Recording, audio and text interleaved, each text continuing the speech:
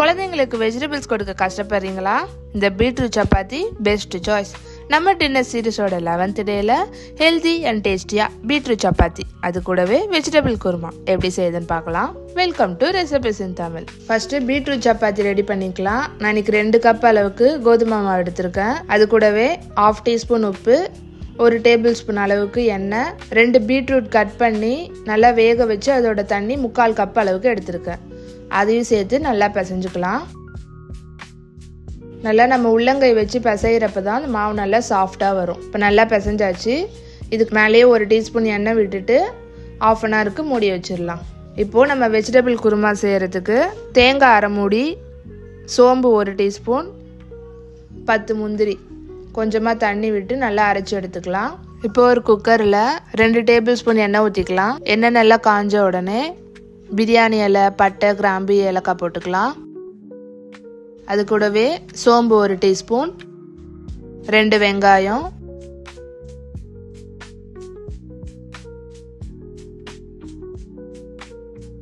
இப்போ வெங்காயம் நல்லா வதங்கிருச்சு. இது கூடவே இஞ்சி பூண்டு பேஸ்ட் 2 டீஸ்பூன், அதையும் சேர்த்து நல்லா மிக்ஸ் பண்ணிக்கலாம்.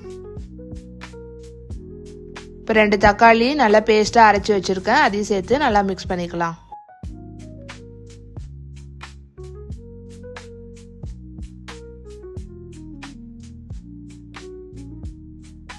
இப்போ எண்ணெய் நல்லா பிரிஞ்சு வந்துடுச்சு. இது கூடவே மஞ்சள்தூள் 1/4 டீஸ்பூன், மிளகாய்த்தூள் 1 டீஸ்பூன், சீரகத்தூள் 1 டீஸ்பூன், தனியாத்தூள் 2 டீஸ்பூன், கரம் மசாலா 1/2 டீஸ்பூன், உப்பு 1 டீஸ்பூன், இதையும் சேர்த்து நல்லா மிக்ஸ் பண்ணிக்கலாம்.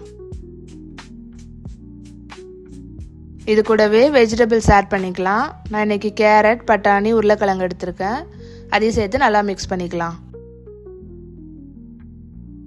இப்போ நம்ம அரைச்சி வச்சுருந்த இந்த தேங்காய் பேஸ்ட்டு கொஞ்சமாக தண்ணியும் விட்டு நல்லா மிக்ஸ் பண்ணிக்கலாம்.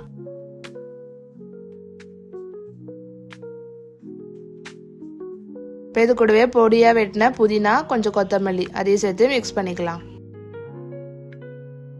இப்போ கொதி வந்துருச்சு. அடுப்பை சிம்மில் வச்சுட்டு 5 விசில் வரைக்கும் வச்சுக்கலாம். இப்போ அது வேகிற நேரத்தில் நம்ம பீட்ரூட் சப்பாத்தியை ரெடி பண்ணிக்கலாம்.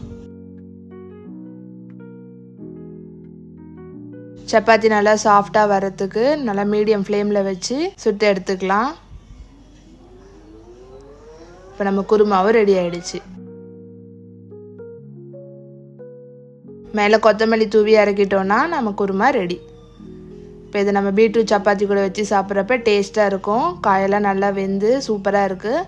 நீங்களும் ட்ரை பண்ணிவிட்டு எப்படி வந்துச்சுன்னு கமெண்ட் பண்ணுங்கள்.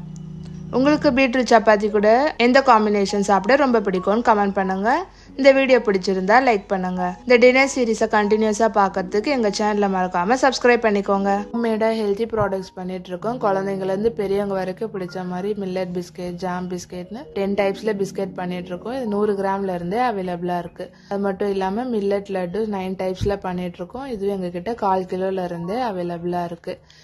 மில்லட் ப்ரௌனிஸே எங்ககிட்ட 1/4 கிலோல இருந்தே அவைலபிளாக இருக்குது. Assorted brownies, double chocolate, triple chocolate ப்ரௌனிஸ்லாம் அவைலபிளாக இருக்குது. இப்போ ட்ரெண்டிங்கில் இருக்க rose milk tea cake, mini choco chip cookies, mini cookie டீன்லாம் கூட அவைலபிளாக இருக்குது.